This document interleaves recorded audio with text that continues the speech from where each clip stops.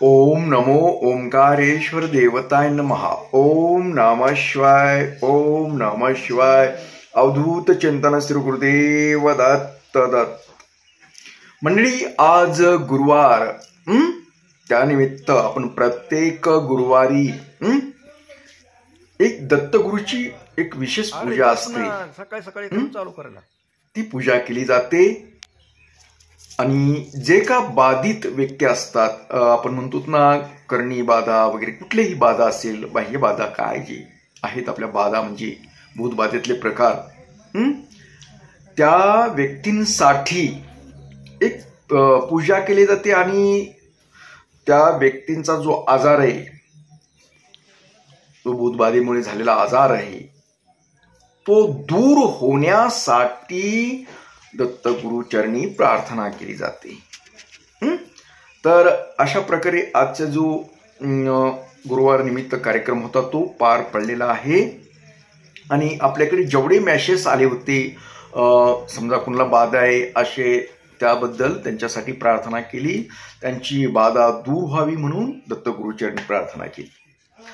तर मंडळी, तुम्ही जर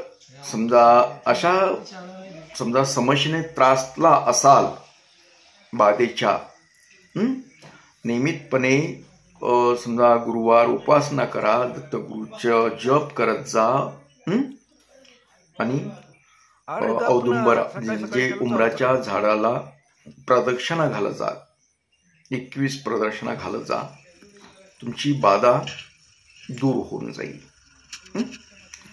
आणि आज सांगायचं तात्पर्य म्हणजे उद्या आमोशा आहे.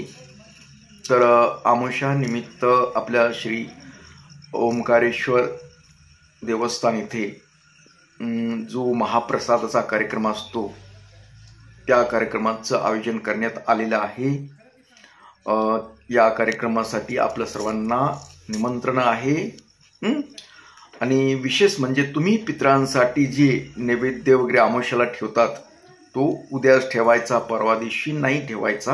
याची एक आठवण करून देतोय तुम्हाला, जेणेकरून आपल्या पितरांना तृप्ती भेटावी म्हणून आपण प्रत्येक आमोशाला घरामध्ये नारळ फोडून एक ताट करतो, 2 पोळ्या वगैरे, त्यासाठी घास जे आहे, ज्यांना ही माहीत आहे पितृदोषांसाठी ते करतात. पण तुम्हाला आठवण करून दिलो. आणि ज्यांना काय माहीत नसेल तर त्यांनी माझा एक आमोशासाठी व्हिडिओ आहे, आमोशाला हे करा अगर असा एक व्हिडिओ, तो व्हिडिओ पहा, तुम्हाला त्यामध्ये खूप माहिती भेटेल या आमोशाच्या ताटाविषयी. तर असो, आपला जास्त वेळ घेत नाही, मला उद्याच्या कार्यक्रमाच्या तयारीसाठी वेळ पाहिजे, त्याच्यामुळं आता निरोपच घेतो तुमचा. आणि हा कार्यक्रम मी तेच थांबवतो. परत भेटतो उद्या सकाळी, जमलं तर याच वेळी आणि याच ठिकाणी. तोपर्यंत मंडळी, ओम नमः शिवाय.